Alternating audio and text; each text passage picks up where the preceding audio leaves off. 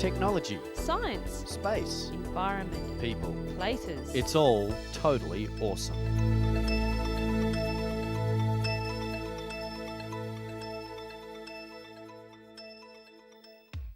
Welcome once again to Totally Awesome. On today's show, going to a bar. Not for a drink, but for a breath of fresh air. Keep your ears open because we'll be hearing all about artificial skin.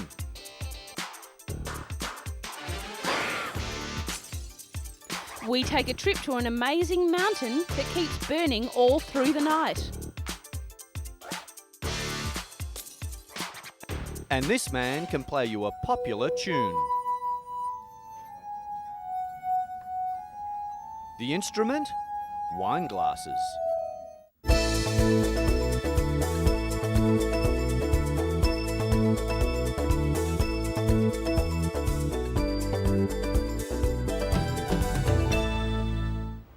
This is St Luke's Hospital in the north of England.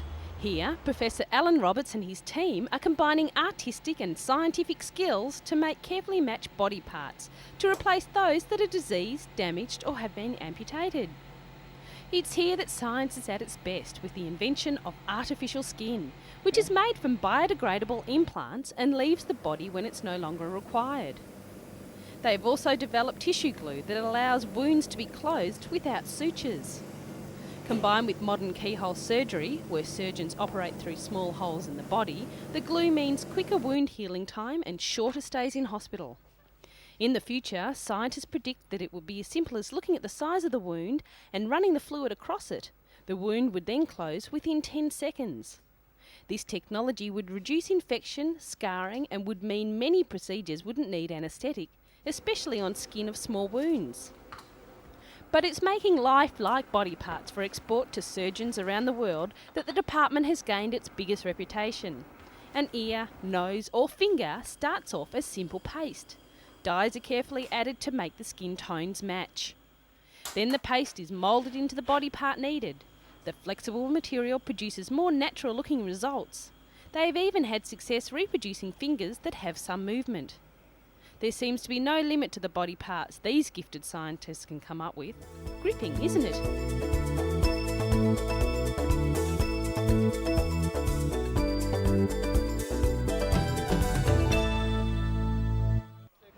They may look like ordinary bags, but these refrigerated cases contain human tissue. It has been donated by relatives after the death of a loved one.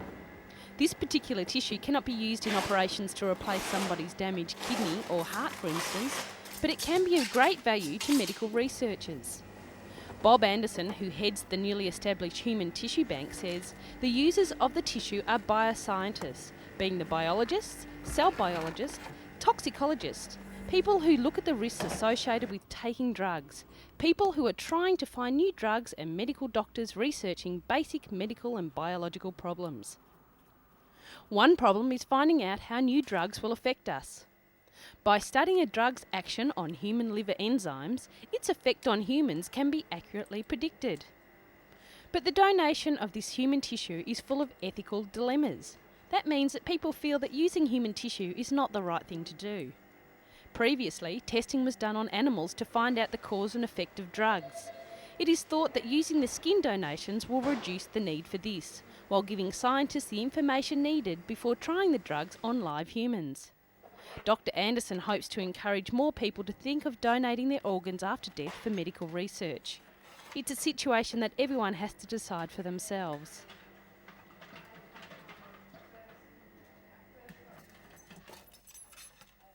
Science, constantly keeping your mind ticking over.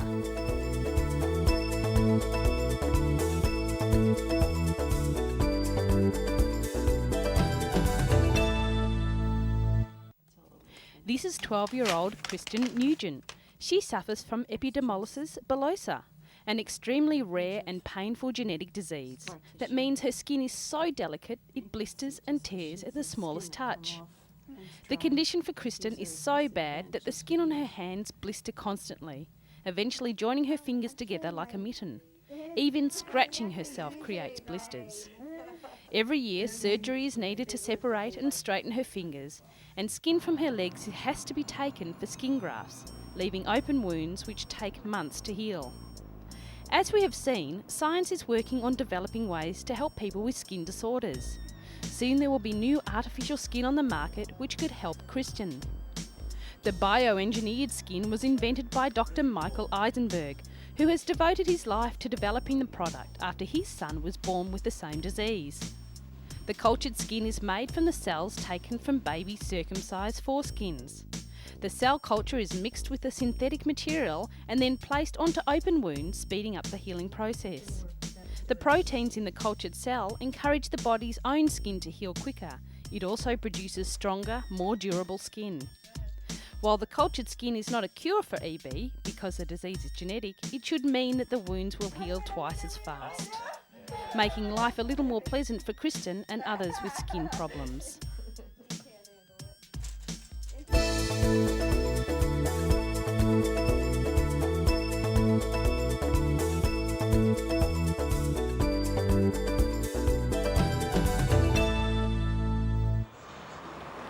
What's in a name? According to a professor of genetics at Oxford University, our names hold the key to our genetic makeup. Professor Brian Sykes has established a link between genes and surnames after examining the Y chromosomes of a group of British males with the same surname as himself. The DNA of 61 Sykes men was collected by brushing the inside of their cheeks. The brush tips were returned and the cells clinging to the bristles were examined. Professor Sykes found the genetic fingerprint of just over half the Y chromosomes of every Sykes male was identical. Chromosomes are the structure in each and every one of us that carries our genes. Genes contain all the information that is needed to make us who we are. They are passed on from our parents and ancestors. The X and Y chromosomes are the information needed to make us a boy or a girl. We get this information from our mother and father. A girl has 2 X chromosomes and a boy an X and a Y chromosome. Professor Sykes used the information created in the Y chromosomes to do his research. The reason he followed the males with the same name is because it could be likely that any Sykes females might have changed their name through marriage, and the Y chromosome is only carried in males. There's such a lot of variation in the Y chromosome in different people. You can recognise thousands of different versions if you like. And the versions which you see in the Sykes we haven't found anywhere else in the UK, he said.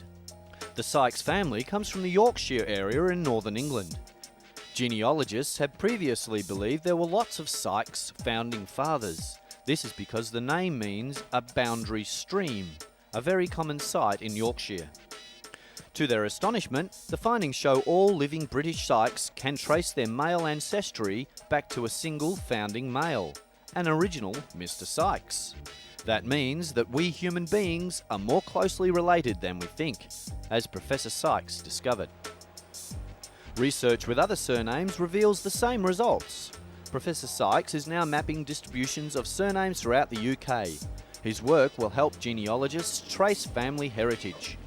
This often becomes frustrating, especially when written records become unreliable or disappear around the year 1700. The work can also prove whether variations on names like Smith or Smythe changed from a spelling error or a different founding father.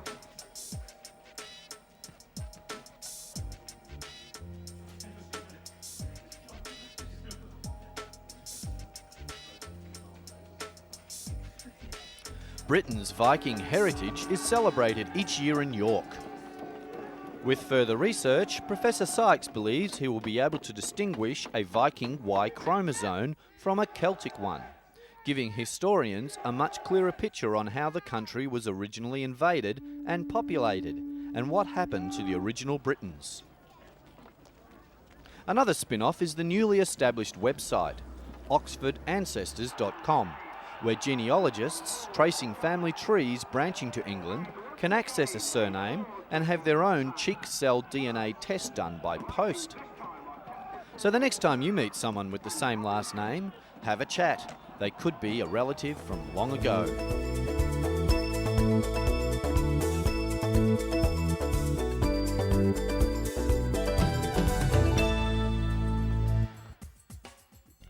Still on the science of genealogy, it is estimated that 40% of the population of the United States can trace their roots through Ellis Island.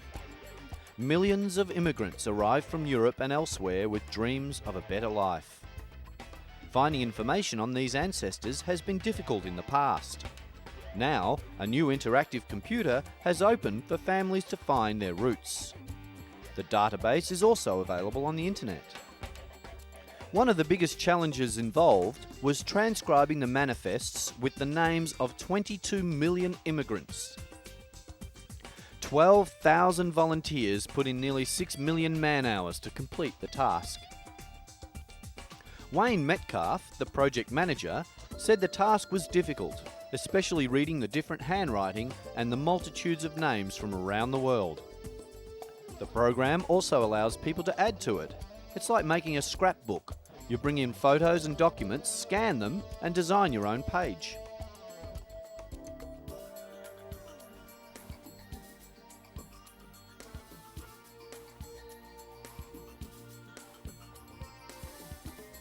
Felicita Gabaccio experienced Ellis Island firsthand when she emigrated from Italy with her family when she was 6 years old.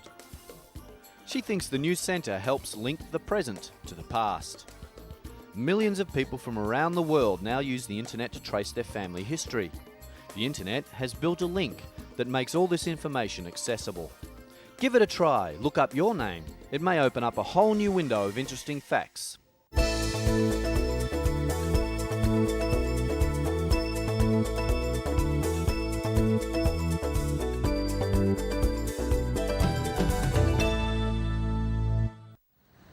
If there's someone close to you that's had heart trouble, you know that they're often under a lot of stress over fears that they may experience new problems once they get out of hospital or while moving about. This is 52-year-old Julius Sepp. He had a heart attack in 1990. Since then, he has been suffering from irregular heartbeat. Because Julius is a salesman, he is mostly on the road and says he has felt dizzy and uncomfortable on a few occasions while driving. Introducing Vitaphone, a company based in the German town of Eisen. They have an amazing invention set to hit the market soon, a mobile telephone which can transmit a heart disease sufferer's ECG to a service centre within seconds. An ECG is an electrocardiogram. It's a machine that can monitor the electrical activities of the heart. When a heart is beating normally, a steady pattern is formed. When there's a problem, the ECG shows an erratic pattern. From there, medical staff will be able to diagnose the patient's condition and immediately evaluate the data sent by the phone. If necessary, the medical staff can then arrange for help. One button on the phone automatically dials the service centre 24-hour number, while another records the patient's ECG. 4 electrodes on the back of the phone read the patient's heartbeat as he puts the mobile phone to his chest.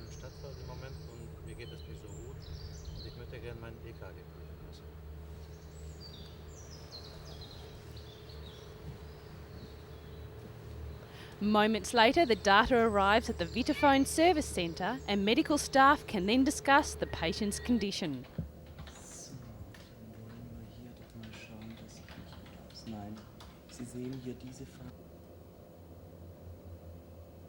The heart telephone is also equipped with a global positioning system, or GPS, which allows the phone's user to be located in a case of emergency by sending out a constant beacon.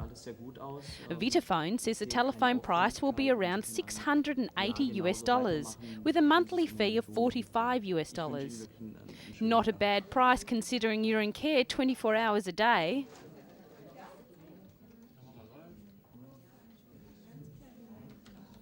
Julius says it's a relief knowing that he can just call up and have his heart checked without the fear of getting sick and having no one around to help.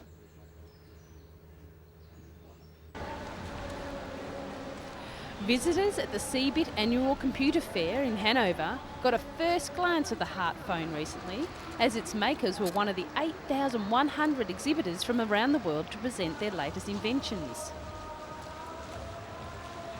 CeBIT claims to be the world's largest computer fair, and multimedia mobile telephones were the focus of attention this year. People flocked to the exhibition, and the Heart phone attracted a lot of attention from people with heart problems or members of the family who may have suffered from a heart attack.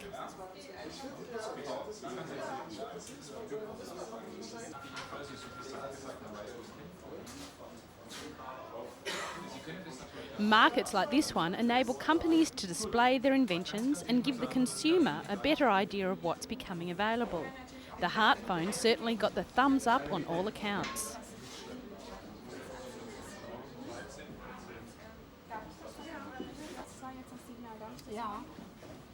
I guess knowing your family or friends are safe and under a watchful eye is a big consideration for all of us. And this new phone uses technology and science to make that happen.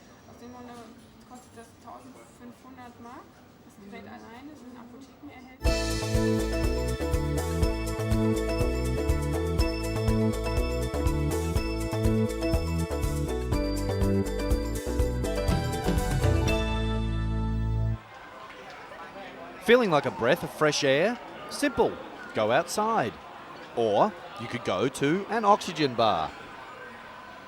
They have already proven popular in countries like Japan and Hong Kong, but now it's Thailand's turn to breathe in the fresh air. The country's first oxygen bar recently opened to the public inside a busy shopping centre in the heart of Bangkok. The bar provides customers with a 20-minute hit of scented oxygen for about $4. During their time attached to the oxygen tube, customers are able to listen to relaxing music and have a cool drink. General Manager Budsidi Sakantalak says she doesn't believe the oxygen alone benefits customers, but rather the whole package her bar provides. The people who come here sit for 20 minutes. The benefit that they get is that they relax and stop in between their tight schedule. They sit, relax, and they have a cool drink, have oxygen, and listen to the natural sounds, she said.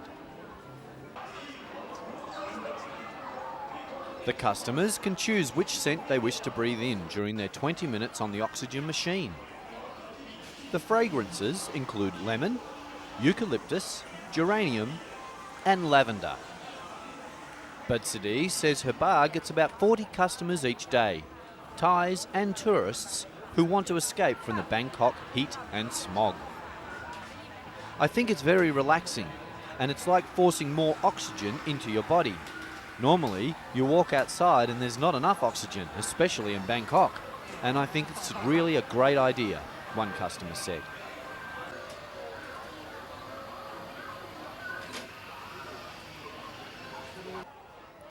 Pollution levels remain high in Bangkok. A recent study found emissions of nitrous oxide and other nitrogen oxide gases from cars in the capital was estimated to be 527 tonnes per day, with the amount of carbon dioxide produced by Thai vehicles accounting for 20 to 30% of the total carbon dioxide emissions. If something is not done to improve this, the oxygen bars may become a necessity, not just